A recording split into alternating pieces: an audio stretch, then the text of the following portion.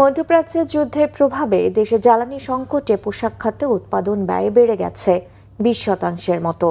শিল্পাঞ্চলগুলোতে গড়ে লোডশেডিং হচ্ছে 2 থেকে 3 ঘন্টা, জানিয়েছে Bangladesh knitwear manufacturers and experts association BKMEA। রাজধানীর এক হোটেলে বিটিকেজি এক্সপো উপলক্ষে আয়োজিত সংবাদ সম্মেলনে এসব জানায় সংগঠনটি। BKMEA সভাপতি মোহাম্মদ হাতেম বলেন, দেশে 2 মাস জ্বালানি মজুদ আছে সরকারের পক্ষ থেকে বলা হলেও বাস্তবতা হলো প্রয়োজনীয় তেল মিলছে না, ব্যাহত হচ্ছে উৎপাদন। বিদেশি ক্রেতারাও শঙ্কিত সময় মতো পোশাক রপ্তানি নিয়ে, ফলে ক্রেতারা ক্রয় আদেশ কমিয়ে দিয়েছে। তাই এখন পোশাক কারখানাগুলো সক্ষমতার মাত্র 50 থেকে 60% চলছে। কাস্টমসের স্বেচ্ছাচারিতা ও ব্যাংকের অসহযোগিতা সহ নানা প্রতিবন্ধকতায় বিনিয়োগকারীরা প্রতিনিয়ত যুদ্ধ করে যাচ্ছেন বলেও অভিযোগ করেন BKMEA এর সভাপতি। দেখবে আগে আমরা ভালো আছি কিনা, কিন্তু আমরা তো ভালো নেই।